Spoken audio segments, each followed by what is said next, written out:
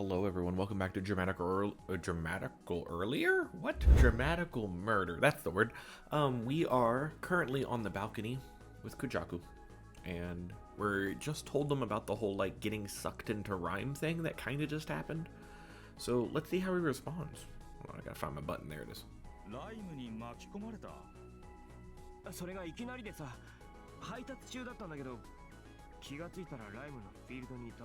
Oh, I hope he believes us. If he doesn't believe us, I'm gonna actually be kinda mad at him. 夢の話じゃねえよな。違う。つうことは、ってそんなことあるもんなのか？ I mean, obviously it's possible it happened to us. 俺もよくわかんなかったんだけど、お前んとこの縄張りの近くだよ。あの辺の細い路地。 That is true, it was near his area. そんな話聞いたことねえけどな。 Usui wasn't there. Yeah, there wasn't a judge.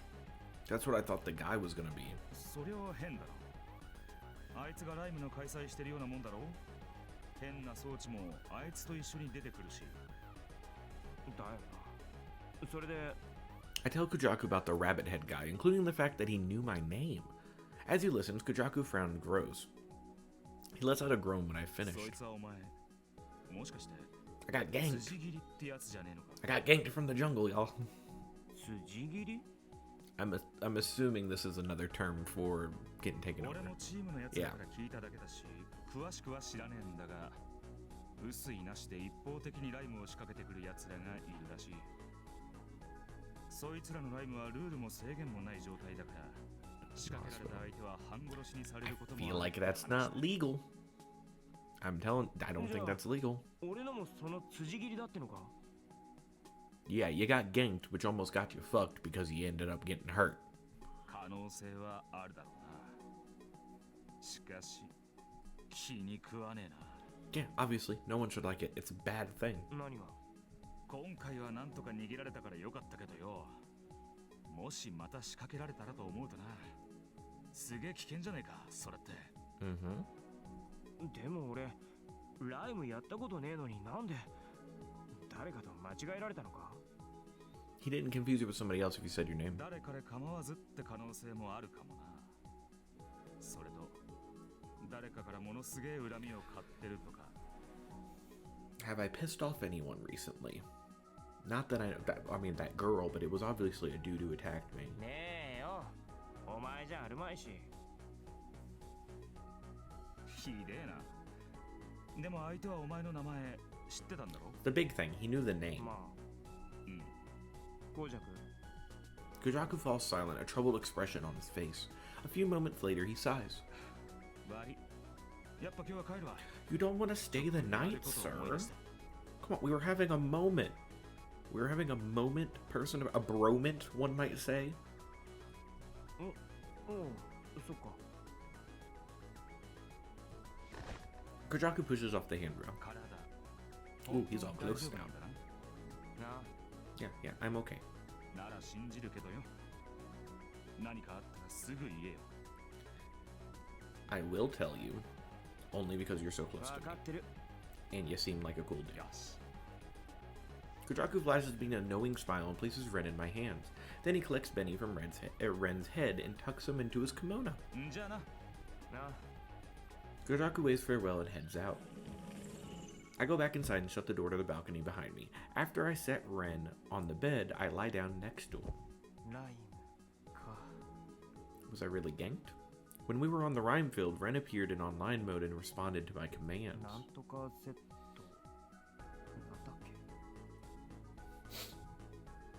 When it happened, my mouth just started moving on its own, almost like I was possessed. What the hell was that? And why did it feel familiar? It felt like it does when I'm turning on the charm with customers on the phone, like when I know just the right words to say to win someone over. Anyway, I wonder how often gankings happen. Maybe I should look into that. Not that I really want to dig too deep. A message. Hello. The latest all-mate models, but we have Ren. Spam. New models are coming out all the time. I skimmed the message and then closed my coil. I've always been the type to develop sentimental attachment to things I use, but I guess most people in the world aren't like that. Whatever, Ren's all I need, that's right. I need to give Ren a checkup. I sit up in the bed and tap the furry blue lump on my lap.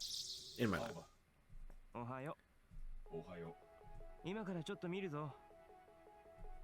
Ren is an older model, so fixing any serious malfunctions would be a real pain in the ass.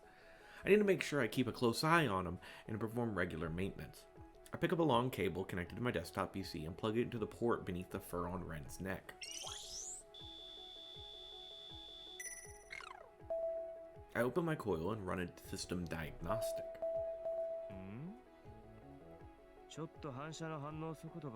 Computer type dog. That's cute. I can't what it says. Online intervention is manual. Structure 5. I pick up a toolbox sitting on the floor. Parting Ren's fur again, I use a screwdriver to open a small square hatch on the back of its neck. With most all-mates, you can do all the maintenance you need from your coil, but Ren is such an old model that I have to fiddle with his insides directly. Using tweezers, I pull some new chips from the toolbox and swap them out with the old ones in Ren's. Should do it. I shut the maintenance hatch, close the control panel, and unplug the cable, and then pick Ren up.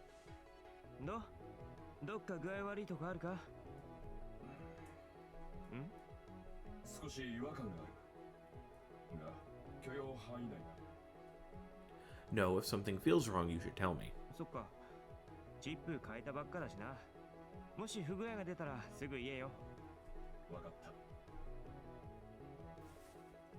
Oh, look at the nuzzle. I stroke Ren's back and nuzzle my forehead against his. I always do this after performing maintenance on Ren. I don't remember when I started, but it's become kind of a ritual, like knocking on wood.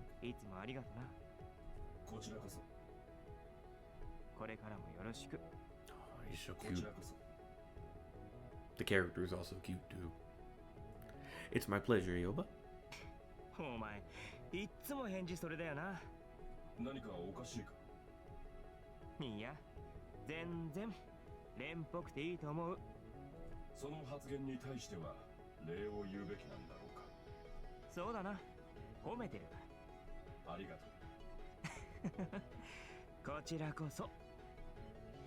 I nuzzle Ren's forehead with mine again, then sit him down on the bed.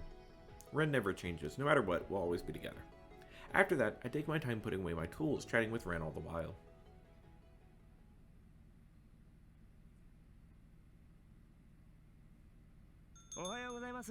Next morning. The next day, I go to work like usual. Mr. Haga is doing inventory when I get in. The first thing I do after I put my bag behind the counter and set Ren down is go over to Mr. Haga. I have to apologize for what happened yesterday. Yeah, probably should apologize.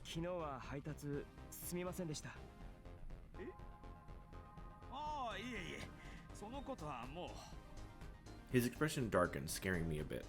Maybe the customer yelled at him after I lost a package. If that's what happened, it's all on me.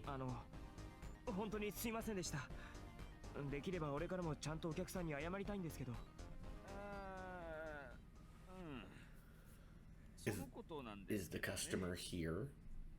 Mr. Haga has his glasses, a worried look on his face.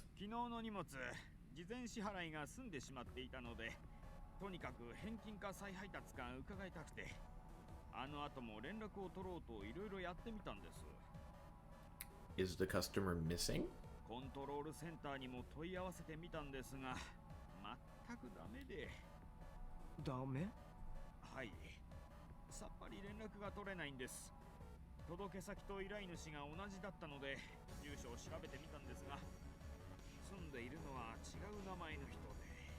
Fake. It was fake. It was fake. There was a obviously, if there was a person in a different name and everything, then they tried to lure Aoba out, and that's why he got ganked, because they knew the person who ganked him knew about the package.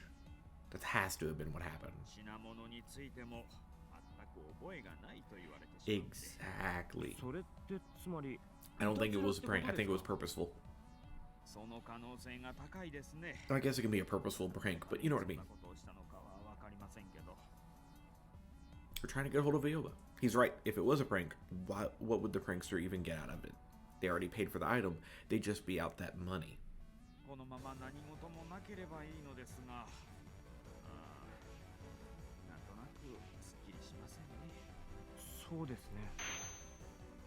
I was dragged into the rhyme battle during that delivery. Could that be related? Could they be related? Yes, 100%. I've locked in my final answer, Regis.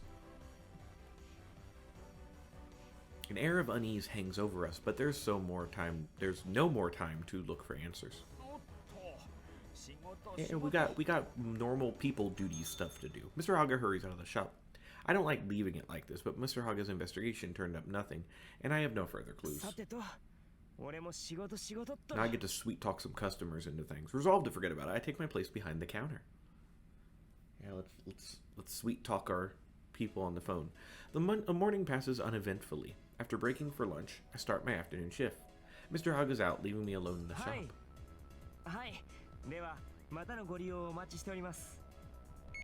I take a breather after getting off the phone with a customer. The usual voice trick worked on this guy, so I managed to sell him all sorts of crap. It was a little annoying though. He'd called before and really hadn't wanted to hang up. I'm still shaking off my disgust when the doorbell rings.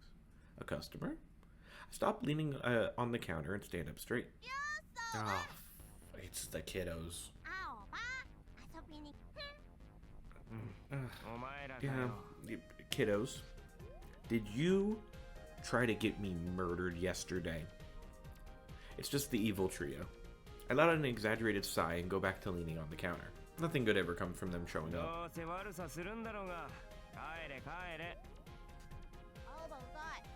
Why do they all have band-aids on them? Did they all get into a fight?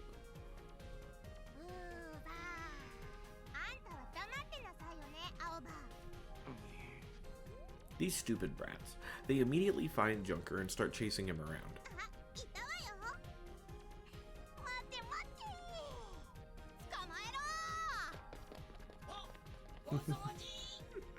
Meanwhile, Junker is panicking. Junker flees as fast as he can.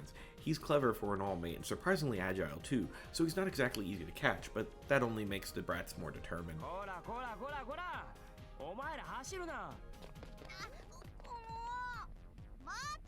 Where are your all's parents, and why do they keep letting you come to this junk store?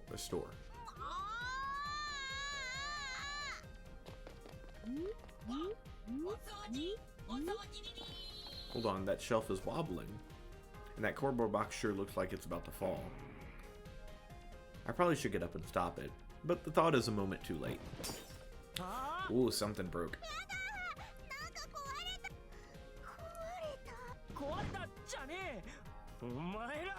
Yeah, they're little brats. They shouldn't have done that.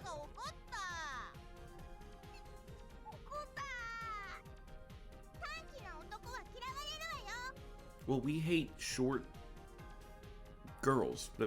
That's my. Yeah, take that. Mm-hmm.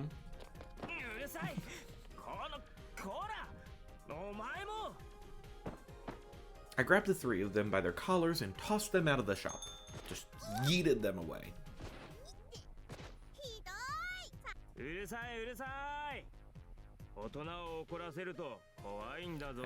Yeah, he'll use the ultimate calling your parents move that every teacher does. I put my hands on my hips, doing the best impression of an intimidating teacher. Hold on, I gotta sit here. Hold on. I was not expecting me to actually be right. I swear I've never played this before.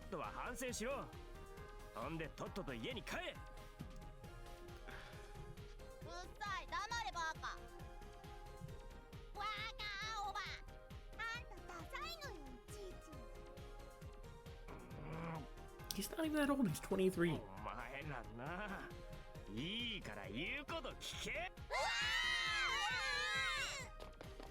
The brats take off running.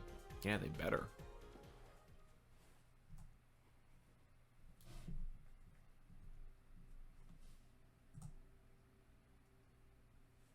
I guess I better clean up the mess they left.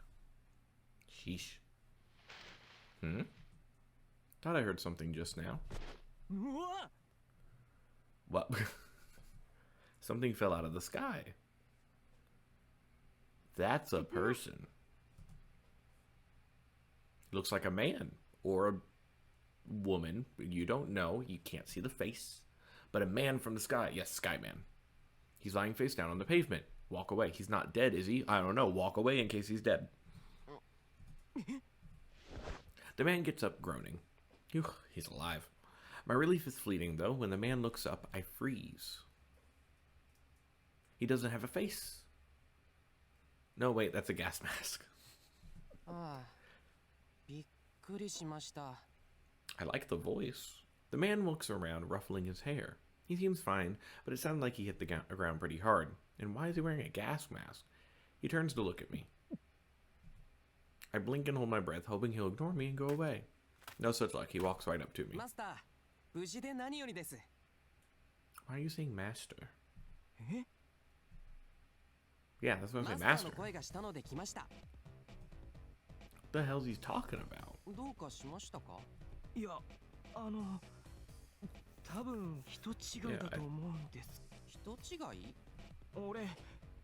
Is this the guy with the bunny?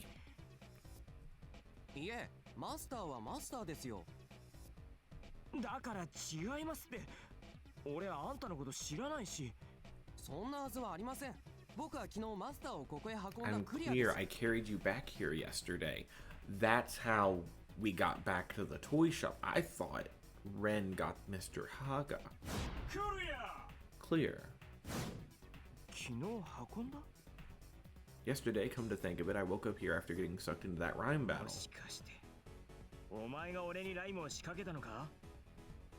I couldn't see the rabbit guy's face, and I think he had a similar outfit. That's what I was saying. The colors are similar.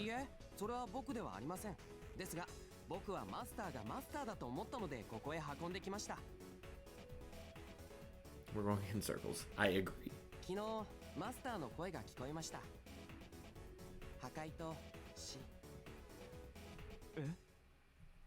That sounds kind of familiar. Headache? Yeah, we got a headache coming. Suddenly, he pinches my cheeks. Yeah, what the, don't touch me.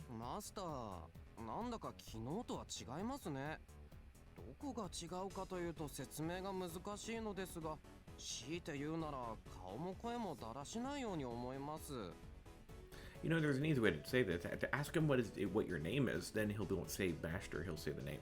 The guy in the gas mask shakes his head with a sigh. I was with this guy.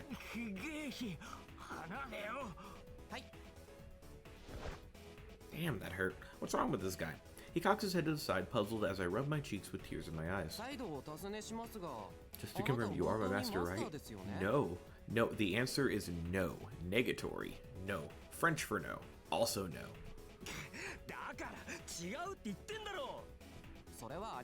I think you are. What was the point of asking then? I take some deep breaths, trying to cool my head. Calm down. He's just trying to get you riled up.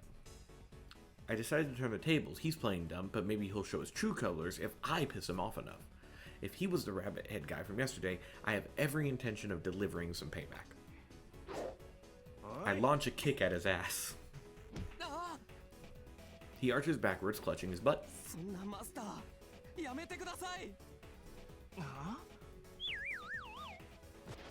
He sinks to his knees, wailing. It's already cracked. Yeah, no way he's the same guy. I should get this over with and send him on his way.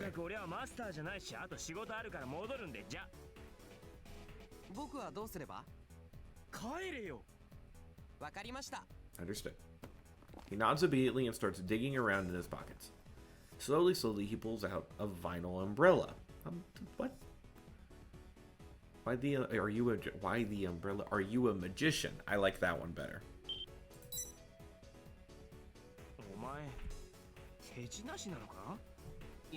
No, I told you my name is Clear. Who is this magician?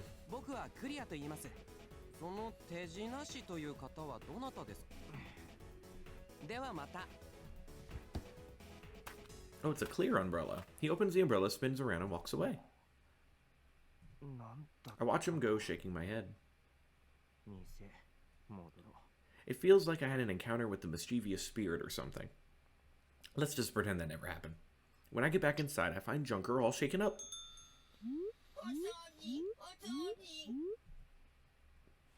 Right, completely forgot. Those brats made a complete mess of the shop. First the kids, then some weird guy in a gas mask. Today's just one of those days. Fighting off a wave of exhaustion, I start cleaning up. That evening, after I finish, I head to Mizuki's with a package. We just got an order from Mizuki's shop, so I figured I'd take the opportunity to stop by. Mizuki's shop, the Black Needle, is just north of Humdrum Junk. It started with just a tattoo parlor, but after he turned the waiting room into a bar, it became something of a social spot too. Tattoos are pretty popular in the city, both as fashion statements and to indicate rib affiliation, so Mizuki's shop does pretty well. Of course, Mizuki's one of the artists, so he'd ink me if I asked. I have no interest in that stuff, though. He's the one with the teardrop, right? The sun is starting to set by the time I approach the Black Needle. This is dry juice territory. Gang members dot the area. I've gotten to know some of them through Mizuki, so I don't usually have any trouble passing through.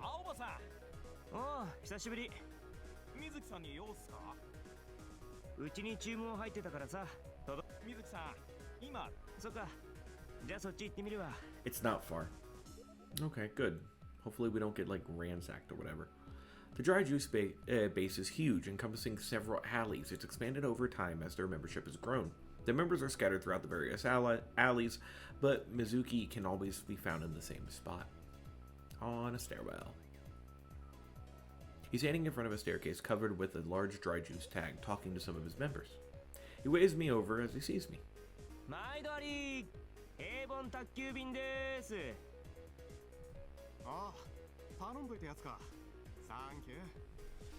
I hand him the package and send the receipt to with my coil. Once Mizuki confirms it, the delivery is complete. Didn't even get ganked this time.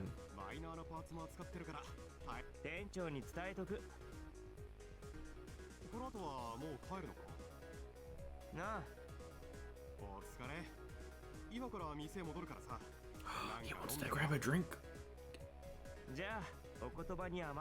Yeah, let's go get a drink with him. He's cool.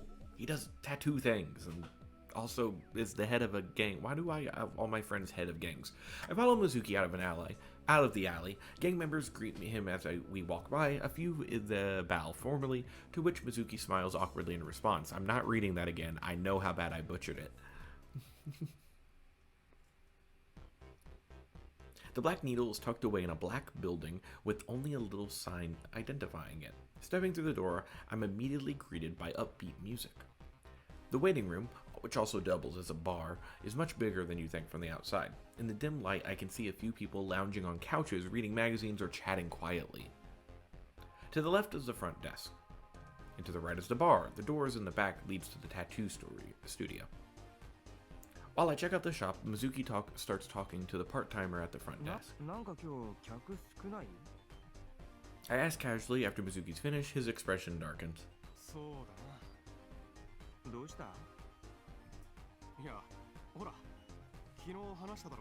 Yeah, I almost became one of those disappearances, sir.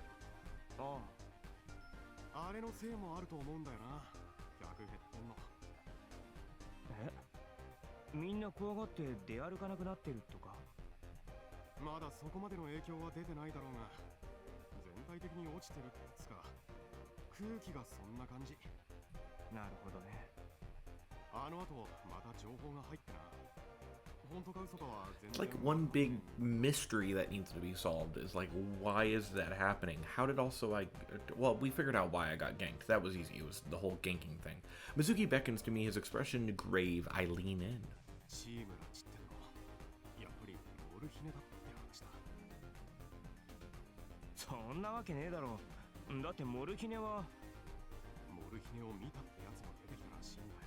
I mean, morphine was gone though, right? Yeah, I wouldn't believe it. It's that's like a game that's been long gone. Or it could be somebody like pretending to be them.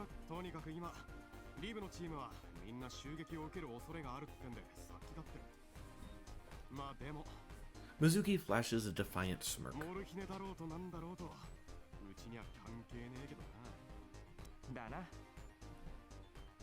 I return to smile, but something about this doesn't sit right with me. I think Mizuki's been a little too into rib lately. I hope he doesn't run himself ragged. Yes, let's drink. Let's drink together with your cool jacket.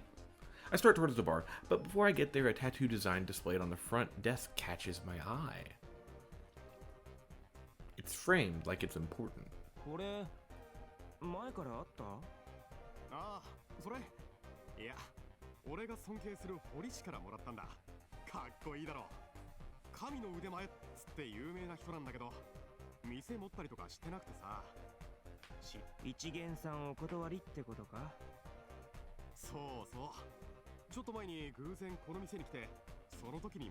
You can tell he's special. Does he have a clear umbrella and a gas mask? That guy was special. He seemed genuinely happy. I guess he really liked the guy.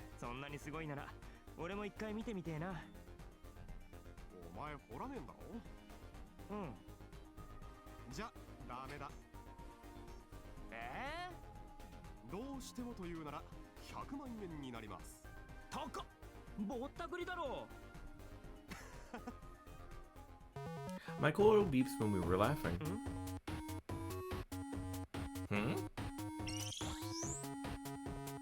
This is some jammy music. It's a call from Delivery Works.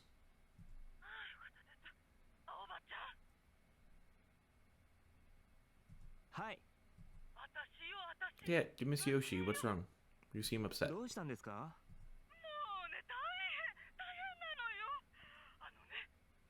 It's serious, very serious, but also don't panic. Oh, that just makes us panic more. What's wrong with Granny? What's wrong with Granny? After I get off the phone, I explain what happened to Mizuki and dash over to Delivery Works. According to Miss Yoshi, Granny collapsed on her way to a patient's house to deliver some medicine. She was near Delivery Works when it happened, so they brought her there.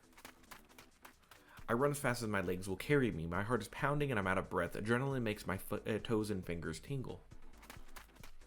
Granny's collapsed from overwork before. Back then it was my fault because I made her worry. I remember how I trembled with fear at the thought of losing her. I never wanted to feel like that again. I have to get there faster.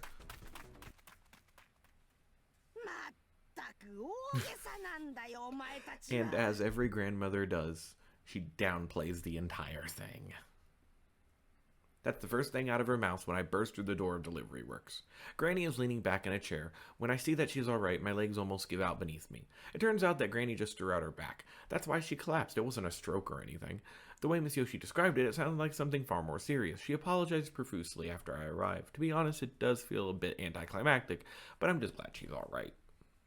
Yeah, you shouldn't have... That said, Granny just can't walk yet, so I have to carry her home. Very slowly.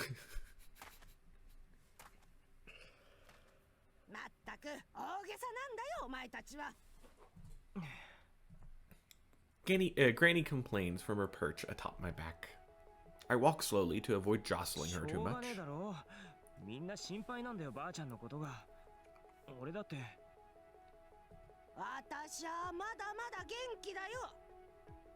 Yeah, nothing better happened to Granny. She's the only form of medicine in this town, apparently. Ren patters along behind us.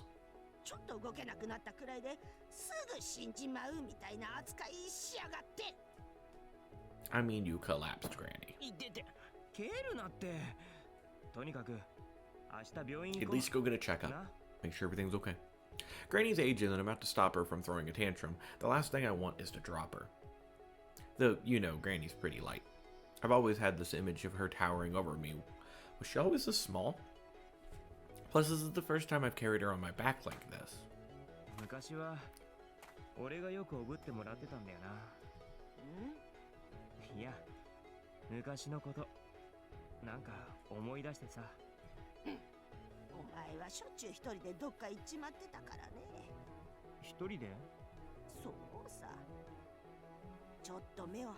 I was the same way. They didn't watch me, I would run everywhere. そうなんだ。全然覚えてない。寂しかったんだろうよ。寂しかった？お前が一人で出ていくようになったのは。ああ。I only have vague memories of my parents, but I do remember how Granny used to carry me on her back. Her smell and her warmth made me feel so safe. Forgot for a second I was recording. I was just like reading. そりゃな。誰もそんなこと言ってるんじゃないよ。ばあちゃん、昔みたいに俺のことを覚えれる？バカ言うな。私を殺す気かい。冗談だって。ばあちゃん。なんだい。軽いな。うるさいっつんだ。いて。She slaps me upside the head, hard. But it makes me happy. For some reason I smile to myself. I'm so glad Granny was okay. It makes me sad to think that one day she might not be there to smack me or yell at me anymore. I walk quietly down the darkening street, feeling her warmth against my back.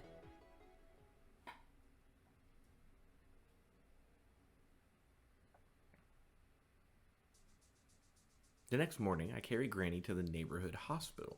I made sure to ask Mr. Haga for the day off, just in case. We call it a hospital, but this is the old residential district. It's an old, cramped facility, understaffed and overcrowded. The building is falling apart, and not even the kindest of descriptions would include the word sanitary. Still, everyone there is kind. They've known Granny for a long time. They told us to come in right when we called. Granny hates going to the hospital, always insisting she can take care of herself, but today she behaves and lets them examine her. And we'll find out if there's anything actually wrong with Granny next time. Goodbye, everybody.